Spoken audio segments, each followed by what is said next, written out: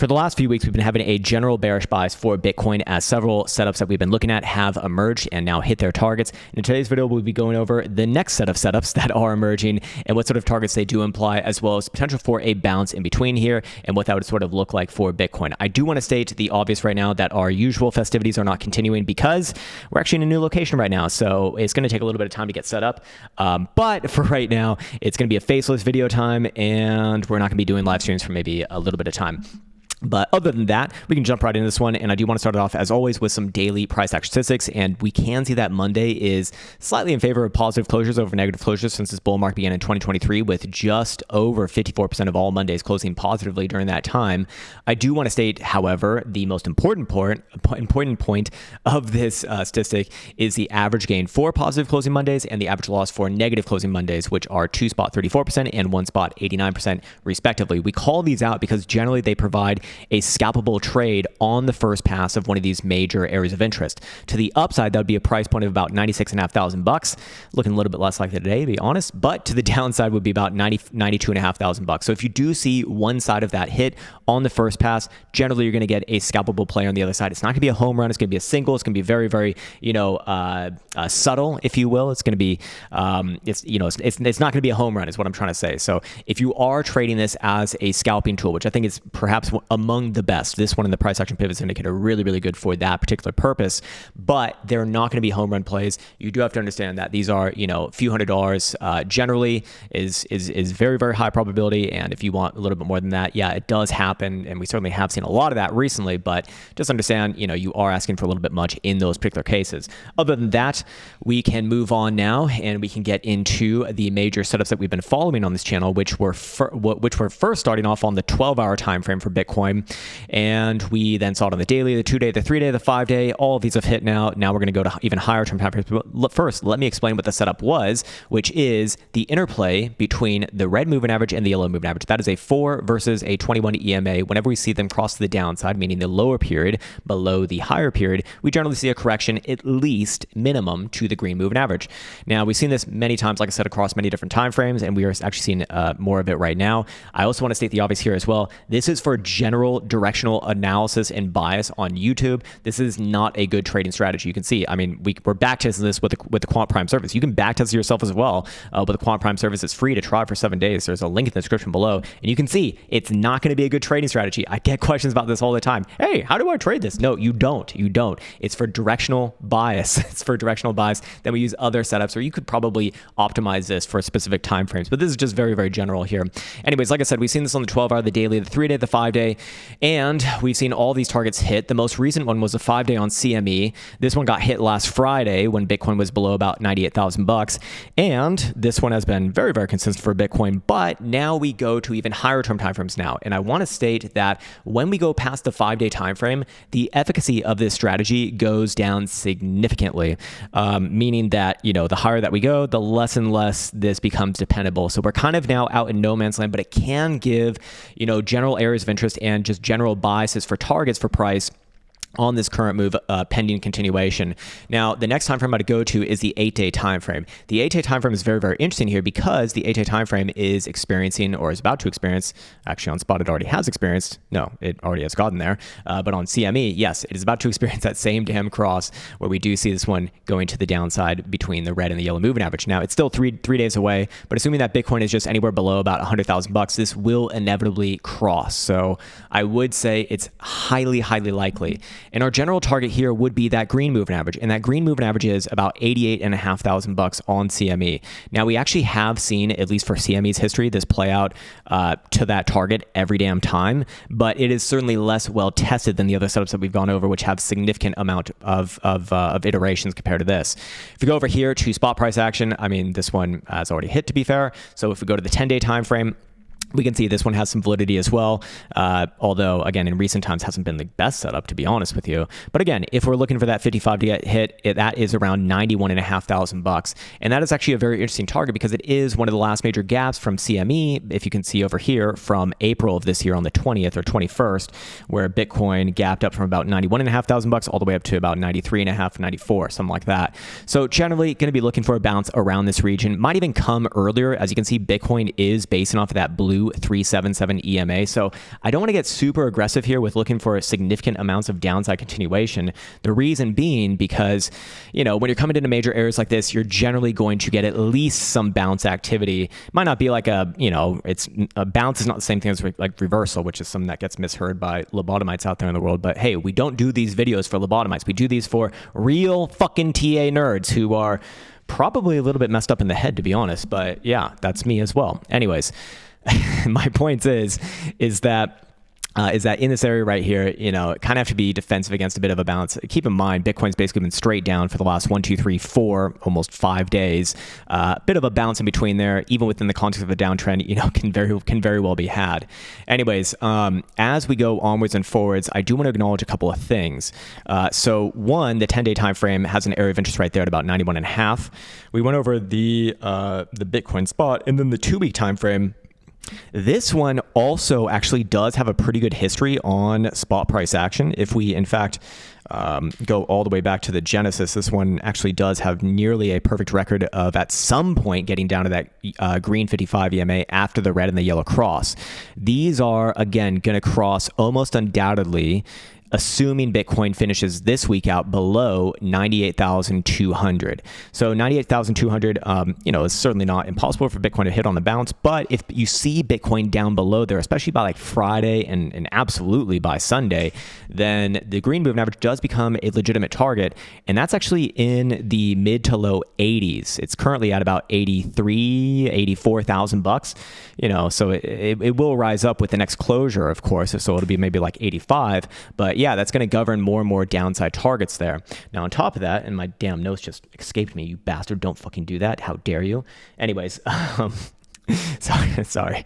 That's how I talk to myself. Talking about a bounce, I do want to go over the conditions that would be really, really ripe for a bounce. So one of my favorite tools to use to get a bounce or just a counter move from, a generally big move is the HPDR bands in this case. And whenever we see price action trade very far away from the median, or especially below like that 50% historical returns range, in this case low, when we see it get very, very far away from there with very high volatility, above about 75 to 80 percentile, which we certainly are right now, when that BBWP indicator representing volatility starts to contract, meaning that it basically starts to turn down, which it is not right now, by the way, but when it does start to, then targeting the median, which is this little line that my cursor is currently on right now, is a super, super, super high probability move. We saw it actually recently, in fact, back on the bounce when Bitcoin was hanging out around 100,000 bucks. We actually saw it before that as well on the October dump, around the 10th. And these just have a great track record of just generally being biased towards a bounce before any sort of real continuation of the downside, if there's going to be any continuation at all. So as of right now, yeah, it is still expanding. Being that it is so high right here, it is not going to take much to get this into a contraction phase. So I would say your probability of a bounce this week is very high, because I can't really imagine this thing like basing off for another 4 or 5 bars at this high levels. Now, it's not impossible. So it certainly happens in the most extreme moves. But yeah, that would be a good condition to be watching for. And then right now, the median is at 101, or sorry, it's actually a little bit below, or no, it's 101,500. That will obviously change around each and every passing day. It can fluctuate a lot, by the way, on each and every closure. So it's really, really important to actually wait for this one to contract before starting to front run those moves, because you can get run the fuck over, to be honest, man. Anyways, just need to make sure that my phone's still working, because I've been having issues with that. Seems like we're good right now. So let's go over a few more technical signals that might be a brewing in the background. I do want to acknowledge that the daily time frame over here could potentially have some bullish divergence. It wouldn't be anything super crazy. This is certainly not like a reverse to new all-time highs type of divergence, if it even plays out at all. But yeah, it is kind of building it right there. Maybe one more swipe to the downside and then a bounce. Maybe a bounce temp from here. But I do think that the bounce is somewhat limited in its capacity. Should get somewhere around like 98.5 if it is going to do it. But again, until that volatility starts to contract, I would not front run this bounce, because things can get nastier before they get better. On top of that, if we go ahead and look at stochastic momentum, we can see that stochastic momentum is actually still spilling over into the very, very critical bearish control zone here. And that one continues down today as long as you're below about 100,000 bucks. The thing is, though, is that when you get into these regions, it is difficult to kind of keep up that momentum for long. So I do think that this does present the possibility of a bit of a bounce here, you know, probably sometime this week, later this week, more likely than earlier this week. But you start to see Bitcoin base off, you know, this region right here, that's going to be a damn good indication that we're going to see a bounce, you know, maybe back up to 98, 99, maybe even $100,000. But keep in mind, you know, this is a downtrend on most timeframes that matter at this point. The only time frame that's not in a downtrend is the monthly time frame. So that's kind of the last thing that the bulls got here. But I would say, you know, based off of all the things that we've gone over, and I've really been holding back and stating this, but you know, it is a downtrend. All higher term timeframes and many technical signals that we've been looking at through past cycles that have indicated highs being in are present right now. Yes, it does kind of pend this monthly's closure, but you know, ultimately, look, if you think that the cycle is over, I don't think that you're completely out of line at this point. It's not like it was last year, you know, in 2024. At this point, you know, this is, I think that's a completely fair call. And especially if you've been on this channel, you know, we've been generally bullish since the beginning of 2023 in January. And ultimately, if you were in on Bitcoin around that price point of like $20,000, like, these are good gains. Like, don't get too fucking greedy. You know, at least take some profits off the table, even if you really believe that it's still a bull market. It's just a good idea to take at least some off, and you can get back in later. You don't need to take the whole damn thing off. You don't need to even do anything that I'm saying. I mean, I'm just offering up ideas here. I'm not your fucking dad. I'm not your fucking financial advisor, but I am saying, you know, it's something worth considering. Anyways, other than that, I think it's probably okay to shut this baby off. Yeah.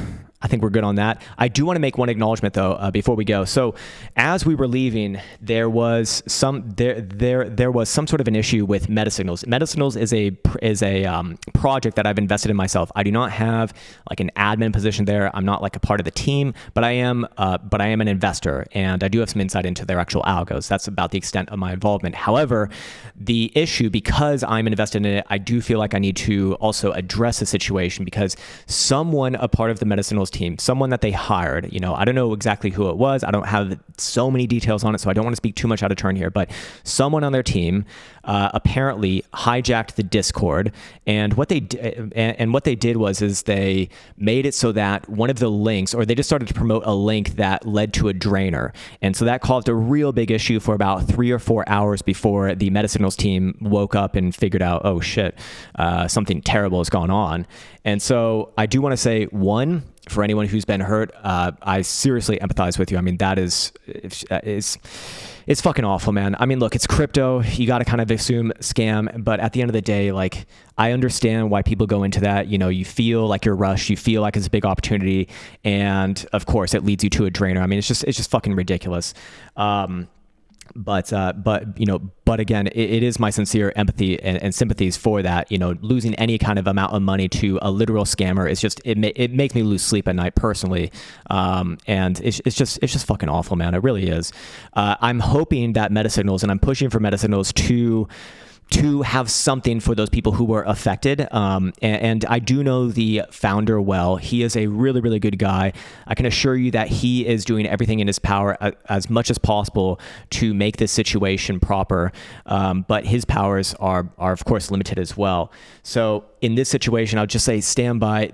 I'm sure there will be new news coming out. I do also want to say that if you are a part of MetaSignals, if you did buy their NFT, you can still use their service. Nothing is out of order there. It was just that link that they were posting in the announcements. You know, it was basically a fake link that they posted in the announcements of their Discord. Other than that, the actual service itself, I think it speaks for itself. We've seen so many of those damn setups, you know, play out to their fruition, and it's really a shame that unfortunately people will conflate the two with each other, which they are not related to each other. You can absolutely use those signals, and they will still work as they were priorly. They will work as intended.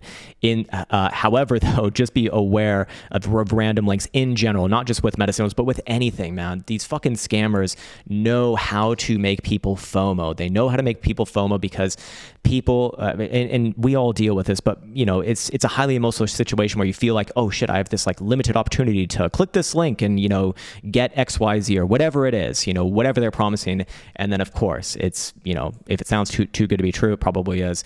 So in this case, again, my sincere sympathies to everyone who is affected. And like I said, you know, everyone on their team, I do understand, is working towards a better solution for this. And I'm sure that there will be more information coming out in the future. I'll actually be talking with their founder soon enough as well, just to have my own sort of briefing on this. But other than that, I just want to wish everyone well. The best of the best as always. Take care, much love, and see you hopefully on Tuesday.